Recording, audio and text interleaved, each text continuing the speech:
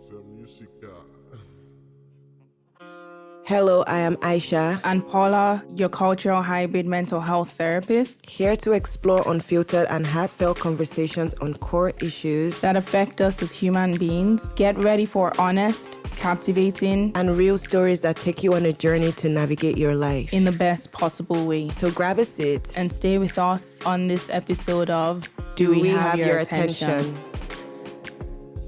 Welcome to another episode of your favorite podcast with your favorite hosts, with your favorite mental health therapists, with your favorite girls. Yeah. Welcome to... I love this intro. Not my hypo man. I love it. Welcome to the Do We Have Your Attention podcast. We are on episode 10. And I have here my favorite host. Aisha.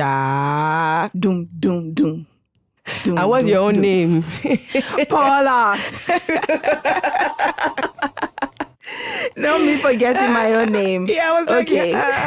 Welcome back. I'm so excited. Yeah. We have an interesting conversation today. We sure do. A lot of the conversation we're going to have today is going to make us have to really check in with ourselves. And before we tell you what we're talking about today, I would love for you, Aisha, to let the listeners know how you're feeling today.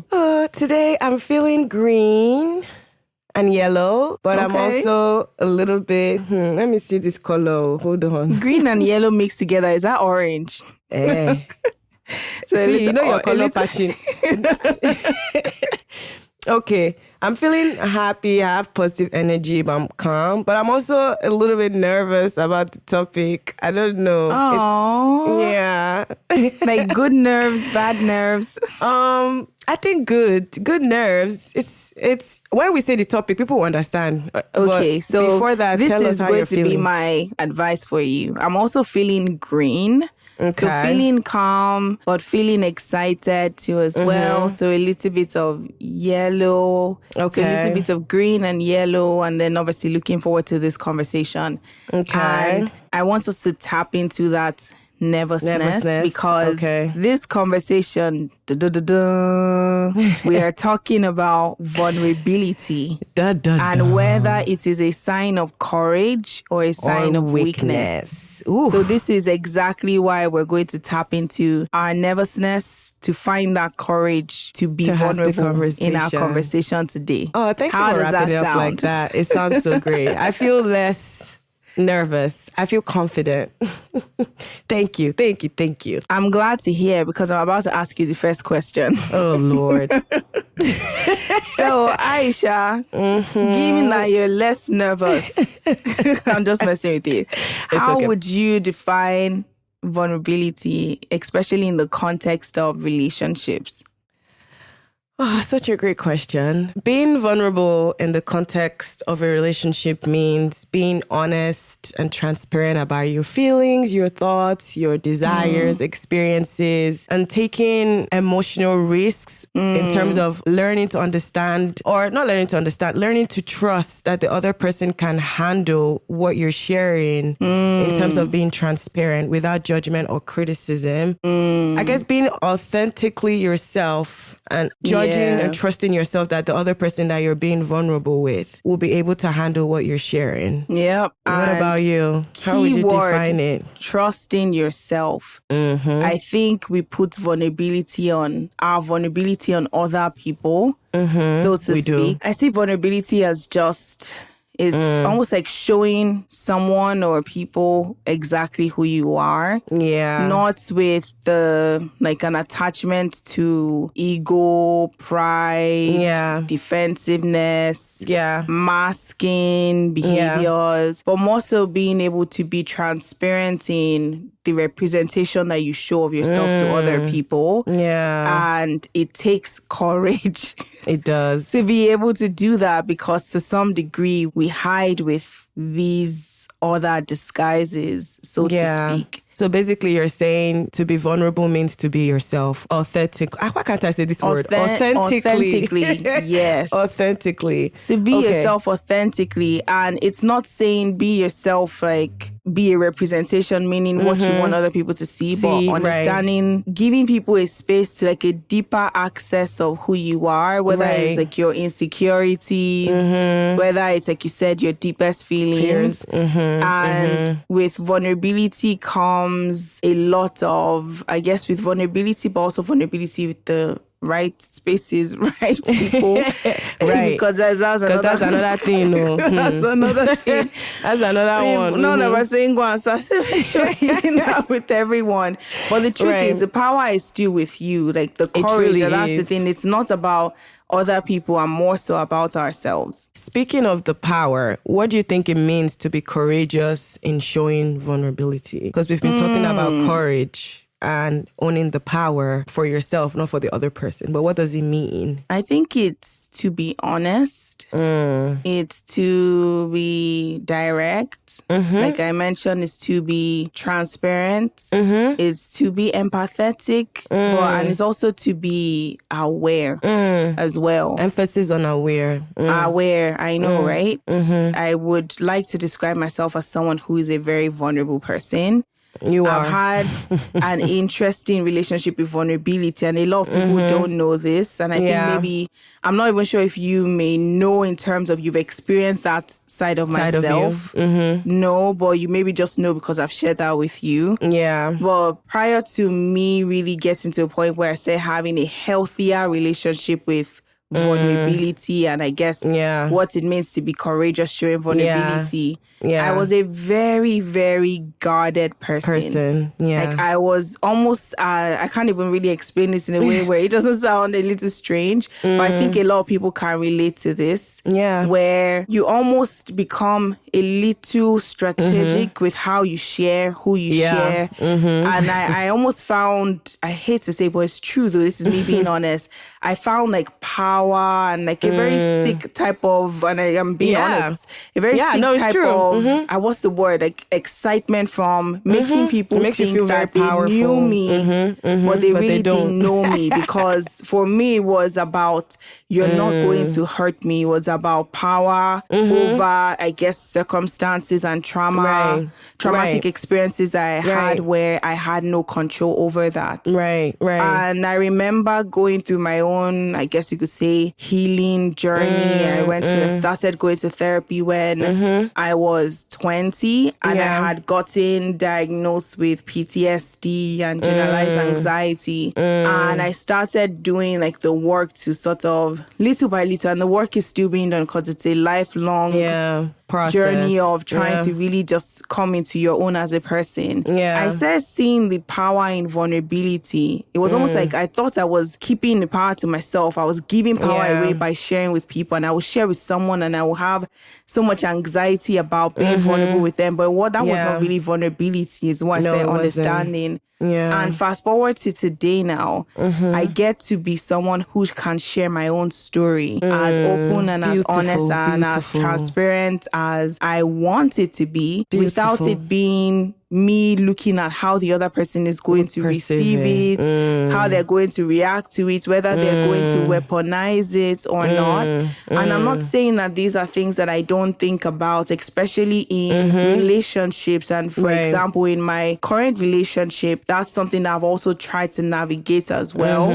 What it means to share without immediately going, are they going to do this, weaponize my vulnerability in this way or that way? But I started looking at it more as, and I guess I can shout out my therapist as well, where she would say, like, I'm so proud of you, Paula. Like, it's never really about, oh, you shared with that person. It's more about the fact that you were comfortable in yourself and you trusted yourself to know that this is something you want to put out there. So I think that comes with the courage, what it means to be courageous. It also, in vulnerability, it means to trust yourself to know that what you're sharing, there's purpose and there's use for that, for it to be out there. despite or regardless of how anyone is going to receive or react to it, so to speak. Thank you for being honest. I think that was very beautiful. That's a very beautiful way of summarizing what courage looks like. I think especially when you mention trusting yourself. Yeah. It just makes me think about when we talk about courage and showing vulnerability, it's like allowing yourself to be seen and understood on a deeper level, because that's what a lot of us are hiding from. Can we just reiterate that? Allowing yourself to be seen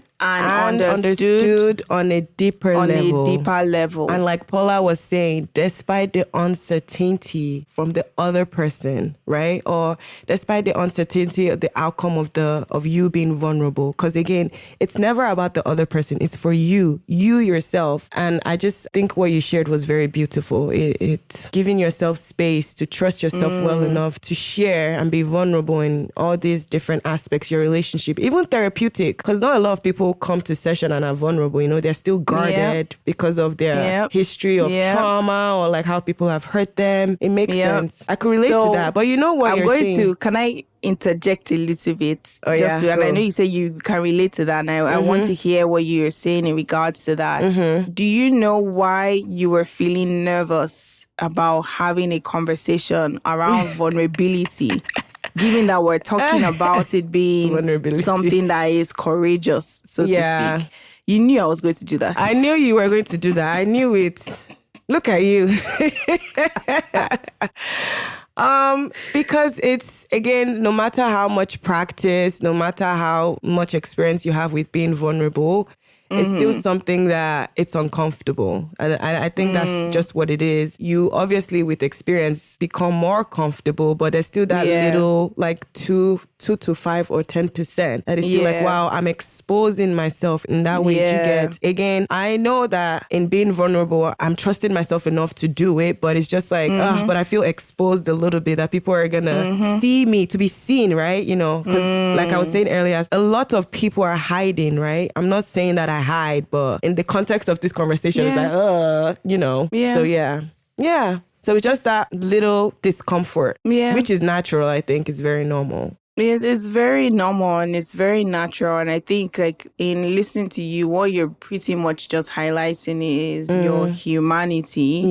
Which is like the essence also of us starting this podcast, which is to really just highlight our humanity, bring, I guess, attention to what it is to be a human being, but then also the shared experience of being human beings, where sometimes we might feel like us being vulnerable is courageous. Sometimes we might see it as a weakness.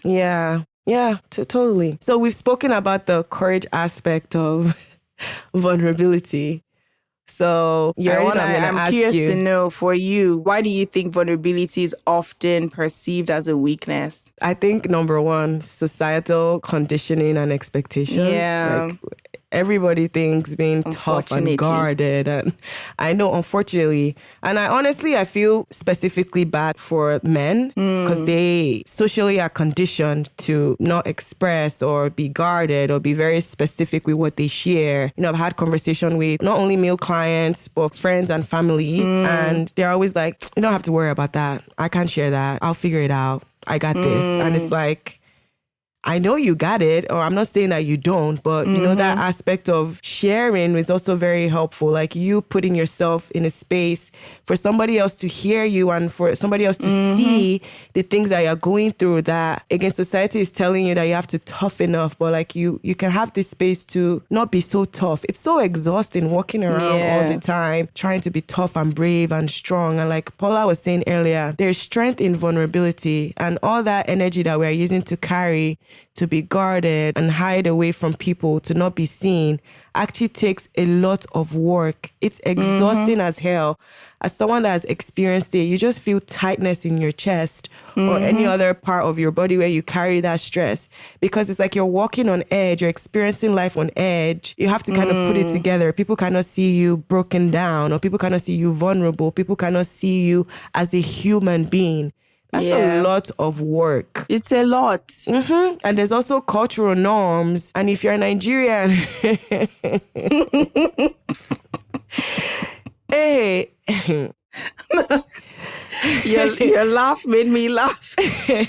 No comment, because those cultural norms just, they just make vulnerability seem as something so negative, and as a source of weakness. And the sad part is you're conditioned from such a young age, and by the time you've done it for so many years, as an adult, it just becomes your norm now. It's not trying to unlearn and relearn is such a hard process. But I agree with you. I absolutely agree with you. And it's unfortunate that even today, we have a lot of people who put very harmful nuances out there just in relation to things like this. And it's, I know you brought up men, and because obviously we can go on and on about men and vulnerability, but we're not going to speak on behalf of men. We'd rather have men speak on behalf of themselves. But looking at even just the way in which we discourage what it means to be open and honest. I don't know if you notice this thing, that there's a little strange thing that I've picked up, I guess you could say, where if we don't understand something or it seems different from what, like you said, we were conditioned or raised to believe, we kind of have to find our own meaning around it.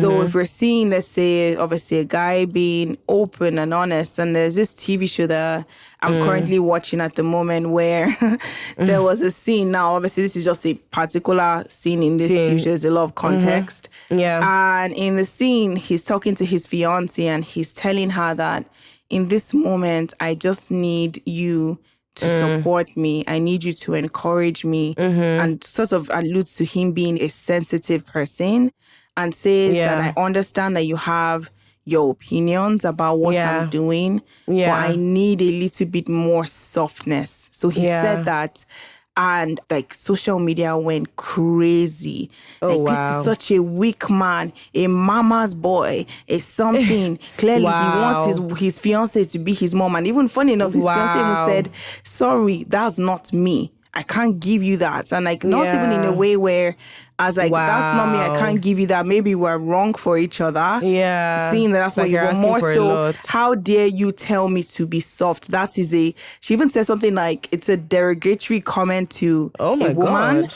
And I had to go and Google that. Is it? No. Because all I'm hearing this person just say is that he wants you to support them, but he's also telling you what he needs. Like, you may not necessarily understand it. But this is where sometimes you can start to see that, okay, to some degree, everyone is very different. And seeing social media's reaction to that particular scene was so telling, because they didn't understand a man, so to speak, asking for that they had to just make their own meaning. Oh, he's gay. Oh, he's this. Oh, he's God. that. Oh, he's so gaslighting her. Oh, he's a sorry excuse for a man. Oh, my God. And I don't know if that's something that you've sort of notice, where as human beings, when we see things like that, where people are being open and honest, it causes like the opposite reaction. And I guess to some degree, that's why it can be perceived as a weakness. Yeah. I mean, people definitely will judge, because it's not something that they've experienced, or in their minds, maybe with the way they've been conditioned, this is how their schema looks like in terms of being vulnerable. So when they experience it, they can't rearrange all that information that their schema has made into and taking a new information to rearrange that previous information. I've seen it a lot where, I think there was another video, I think on TikTok or maybe Twitter or Instagram, I don't even know, but there was a guy that was being vulnerable about postpartum depression, and people were they were on his neck. And I'm like, but what he's saying is correct. Like, he's allowed to feel the way he's feeling, and for him to even be vulnerable enough and courageous enough to share his experiences, and how watching his partner go through that, and also having to, considering, I think he was saying like, he didn't have a present father in his life. And he was saying that he was excited for him to change the narrative, being a new father. But once he saw the baby, all those fears came up again. Like, will I be a deadbeat father? Will I not be? And I'm like, he's being honest. Like, these are things. Real. I know. Like, he's just being real.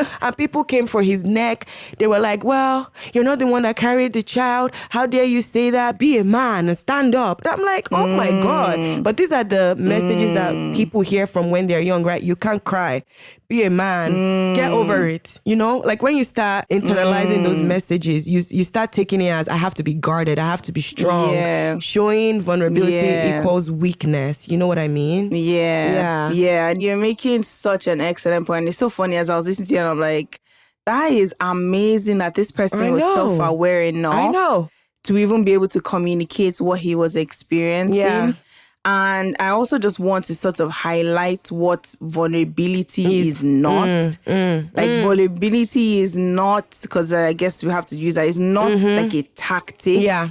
One, to get people to like you or to get people to sort of preach, do your own bidding, so to speak. Right. But even going off on what you're just saying, vulnerability is not used as a tactic as well to sort of minimize somebody else's experience because you're trying to highlight your own experience or make your own experience matter more. And it's not saying that, this person absolutely didn't carry that child. Yeah. Your experience of having to carry that child is your experience. Right. His experience of having to realize that he's transitioning into fatherhood while still having unresolved stuff with his own experience of his dad is his experience. And there's space for everybody to exist at the same time. Right. And unfortunately, sometimes we use that as some type of tactic because we obviously want our feelings to be validated, but it doesn't have to come at the expense of somebody else's experience being invalidated. And the last thing being, vulnerability is absolutely not trauma dumping, like emotional vomit, so to speak, of just drum. Typically, when we even do that, because I was so guilty of doing that when I had first started thinking I was being vulnerable, I would be like hanging on to thread for the person's reaction to also what I'm saying. So it really became less about me and more about how the person was taking what I say. If they're going to comfort me, if they're going to say, it's like almost like a victim, so to speak, mentality. Yeah. So I think it's very important, just with the example that you gave, just highlighting that vulnerability is absolutely not a situation where we're sort of downplaying other people's experiences because we want to make our own experience matter more. Yeah. Thank you for clarifying and saying exactly what vulnerability is not. But kind of going back to what we were saying, what do you think are some other reasons why vulnerability is perceived as a weakness? Especially with like the societal pressure, like you were mentioning, like the aspect of society. Like I see the benefits of community and just growing up in cultural environment. I also see the downsides as well, because in some cultures, and I guess it's very similar, and I was having a conversation with someone who was sharing about just like a friend of theirs and something they went through with a friend of theirs in college. And as I was listening to the experience of this person now who comes from an Asian household, a lot of what I was just hearing was how the narrative that seemed to be created in that person's household was what matters more is performance than you being able to sort of express how you feel or express when something is too much or you're exhausted or you're overwhelmed. I think already when we grow up with that notion in mind and that narrative that unfortunately sometimes can be created for us in the societies that we grow up in, we immediately grow up to see emotions, feelings, people expressing themselves and being honest. We see it as a negative thing. We almost counteract immediately. So sometimes you see some situations where someone is dealing with their own stuff, or because they don't know how to deal with it in a healthy way. They haven't really understood that vulnerability also comes with being able to be honest and transparent about what they are dealing with. They might now have somebody else dealing with their own stuff, sort of expressing. It's almost like you coming to meet me and go, oh, Paula, this is what I'm going through, and I can't really deal with my own stuff. So because I can't deal with my own stuff and be vulnerable about what I'm going through, I react negatively towards to you yours, doing that with me. Oh, people do that so I a think lot. to some degree it's perceived as a weakness, but also how society unfortunately can play a role in how we perceive vulnerability. What do you think? I agree. I think in the sense, the defense is sounding more like self-protection. I'm protecting myself because I'm not ready to tap into my own feelings. So then I react negatively because hearing you is triggering me. I haven't figured out how to deal with my own things. So then in protecting, it obviously is not a healthy protection, but in protecting myself, I'm going to react negatively and then make this person feel bad and judge them. And then what that person will take from that interaction is, oh, you know, I shouldn't be doing this. This is a bad thing. I should have known better. I should have kept to myself. Have you had experiences like that where you've been vulnerable to somebody and you immediately regretted it because of the way they responded? Before you started to obviously learn that it's not about the person. It's about you doing what's best for you. Yeah, I have had a lot, and that's probably why I'll just share this experience. I think I've spoken to you about it. There was a girl that I used to be really close to when I was a kid. And she went to another school. I was in a different school. I don't know how we met. I've forgotten. But you know them MSN, Yahoo Messenger days. And she would be, I guess you could say, like perceived popular girl in the school that she was at. Me, I didn't think I was unpopular. I didn't think I was you popular. were just I just cool. thought I was just chilling. Just cool. I was just cool and chilling. So we ended up actually being super close. And I guess this is where I said, you can say these are the early stages where you realize that, oh, you're a therapist in the sense where I was able to create a safe space for her to be super vulnerable with me and just share some of the things that she was going through as a popular girl and not necessarily able to share with other her people. own friends. And I had shared some as well with her. Oh, God. And I guess you could say, like, okay, that was where, that was how we had a good friendship, at least what you would call that, where we were very transparent with each other. And then, unfortunately, I had met up with her for like the first time because we hadn't met in person. So she said, oh, like, let's meet. And this is someone who was like super expressive and obviously trusted me as well. Of course. Because I had created a safe space for her to really share and confide in. And I trusted her as well because we're like, I provided a safe space. Right. And now I think about it, maybe I should have made sure that she was also providing me a safe space too as well. Right. So I meet up with her and she's like with her a couple of other friends who are also popular girls, so to speak. And I'm at the mall with them and I see them and they give like this disgusting look to me like, ugh, who is this? What are you dressed like? And of course, that's just bullying. Now I realized that she was super cold and I was like super, you had been talking to this person that you've made friends with over the internet. You're so excited, like, we finally meet each other. So I knew like that was already off and something wasn't really making sense. So now later on that night, they end up sort of, what's that thing when you private call your number? Oh my God. Did like a private call and then called me and were just sort of making fun of me over the phone. And then she was sort of bringing some things obviously I shared with her. And then kind of, so let's say for example, if I'm saying, I feel very insecure about my skin because I used to have like a lot of hyperpigmentation and some stuff going on with my skin growing up. You'd be like, your skin is so ugly. This is just some mean girl stuff. So things like very mean girl stuff. And I remember just, obviously that's a very pivotal moment for me because of course I was like, ain't nobody gonna trust nobody after of course. Now you open up yourself to somebody and they're using it against you. So absolutely, that's like, I guess you could say one of the earliest experiences where you open up and you're like, I should have never done that. So it's very common. It definitely is. And something that you said is you should have, how can I phrase this? You said you should have observed, like maybe not observed. You weren't able to tell that she wasn't giving you the safe space as you were giving her.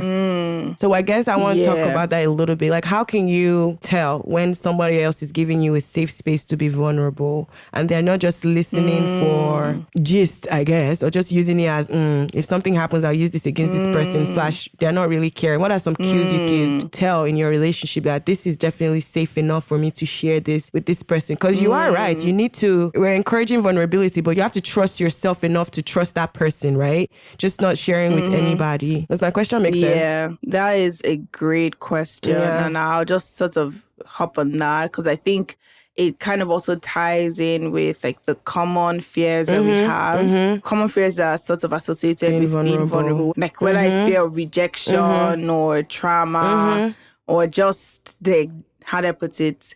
If I say it, would they sort of reciprocate? Right. I think how we know and identify when someone's giving us a safe space is, I hate to say it, but sometimes when people are not personalizing your experience, people that are able to sort of take themselves out of it, of a situation. And I'm very guilty of this. And it's a human thing. It's not intentional. Like it's never with the notion of not trying to, I use that as a way to understand and empathize with people. But I also now I'm aware and I put disclaimers out there sometimes. But I mean more so where, say for example, you're like, oh, somebody did this to me and it made me feel really bad. Like they hit me or something. And I'm like, really? Me? They hit me too? Was even worse than your own. So something like that. That clearly is like a very big indication of I'm not providing a safe space to you because your feelings don't really matter. Right. People who ask questions, they have inquiring questions. They're actually checking in on you. Like, how did that make you feel? I'm sorry that happened to you. Or what do you need from me as support, so to speak? You can start to really discern who's interested, I hate to say, but who's interested in making sure that you're okay. You're good. As opposed to just hearing, listening. I've shared your own. Let me share my own because my own self is just as bad or it's just worse or whatever the case is, so to speak. But that's an excellent question. And I want to hear from you too as well. Like, what would you say are ways in which people can sort of see when safety is being provided for them? I definitely agree with asking questions and not assuming, because I think a lot of people make assumptions. And again, it's because we're personalizing it. And that's not a horrible thing. That's a human thing to do. But we have to understand that we can go through the same experience and cope with it very differently. Like we could be in the same situation rather and experience it very differently. And I think people don't get that. You know, one thing that I don't like is when you're being vulnerable and you're expressing to someone and they just jump into giving advice. I don't think that means you're not hearing what I'm saying. You're doing this because you feel like this is what you should do, right? That's a great point. Yeah, I don't like that. When I'm trying to be vulnerable, express myself to someone, they jump into advice, I just shut up. You shut down. Yeah, I'm just like, no, this ain't it. This is not the space I should be sharing this. Because again, it's indicative that they're trying to teach me something about their own experience. But I didn't experience it the way you experienced it though. Yeah. Right? I'll say this though, because in the notion of giving grace. Since we've spoken about that. We have. Some people don't do that with the intention of causing harm. They do that because even they themselves aren't really equipped emotionally, like, because we're going back to the notion that a lot of us really haven't gotten to a point where we've done the work to be able to give ourselves what we need emotionally, to also be able to create spaces for other people, because we weren't taught how to do these things. Agreed. So sometimes we think that the notion is, okay, they're coming to meet me to share this with me because they're asking me for my advice. And that's my way of helping. Because people sometimes just want to help. And it's funny because as a result, I've also realized that silence sometimes is the best. Honestly, can be a safe space. And I remember not recognizing that because I grew up to also seeing advice. And my mom being one who's someone I'm very close to, and I will share things with her and immediately it's like advice and I will shut down just like yourself. But I realized after a long time of getting angry with her every single time and shutting down, that it's not her intention to sort of go like, oh, I want to sort of teach you a lesson. That's here. Just how she knows how to show But more so care. for her, she's feeling helpless. And then it becomes a situation where it's like, oh, maybe there's something I can say that can help her feel better or can give her a different perspective. So instead of getting angry, going, I don't need your advice right now. This is what I need instead. Now, if I'm saying that to you and you're still giving me advice, then there's something wrong with you. That's the point, If I'm saying that to you and then you're going, okay, fine, let me take a step back and actually listen to what you need and follow through with that, then that makes sense. And in some other cases, I think, for example, with my boyfriend, I noticed, I think I hadn't really understood initially that anytime I was vulnerable, he went quiet. And initially, I would start seeing like the opposite. I would see it as like, you don't have any reaction. You don't have any reaction. Until after a while, and I guess that goes back to that bias where we should always go with like the intention of being understanding how that person is as well, or understanding who they are or how they receive things. Because after a while, I guess learning him, I started realizing that like, but also not just learning him, that because I need to say this, of me noticing that I didn't need him to say anything because I felt like I was already just being given it. So his own notion was more so, your vulnerability is the biggest thing in the room. It's important to me to keep quiet. So you have the space to be able to express yourself. Wow, beautiful. I didn't see it that way initially. So I'm like, okay. I don't necessarily need to hear something. Sometimes it's just okay for someone to give you that space. Yeah, agreed. I agree. Yeah. And I tend to go into conversations, again, with what you said about asking questions, like asking people what they need. I'm a big advocate of asking specifically because, again, you may be going with good intentions, but your good intentions may come off as harmful for the person. So that is so true. Yeah. And again, we're humans, right? And like you said, sometimes we feel helpless and we want to help the people that we love and care for. We go into looking for quick solutions, but sometimes what that person may need, you just need to ask them. It may be silence. It may be, I just need you to stay on the phone. I may need $50. I don't know. Whatever the person needs, you can't make that assumption for them. You have to let them communicate that. Yeah, absolutely. And Aisha, I want to ask you, as we're sort of wrapping up our conversation, what are some, I guess you could say, benefits of allowing oneself to be vulnerable? Because that's the whole point. We have to sell vulnerability. We have to market it. We have to encourage people to actually see that there is benefits. Like, what would you say are some benefits of that? I think you get to have like a deeper connection with your people. I definitely don't think there is no, like, vulnerability is very important for genuine intimacy in any relationship because you're allowing yourself to authentically share how you think, what you're feeling, your experiences with others. And that creates a deeper bond in these relationships, you know, because you're being yourself. Can we just quickly highlight what Aisha just said? There is no intimacy without vulnerability. Yep. So if you are seeking intimacy and you are not somebody who is comfortable being vulnerable, it's not going to happen. The road. Exactly. So it definitely, I think it leads to deeper connection. I think it also leads to increased empathy because when you get to understand people more and you start to understand how they think, how they feel, their perspectives, their experiences, you just become more compassionate and empathetic towards them.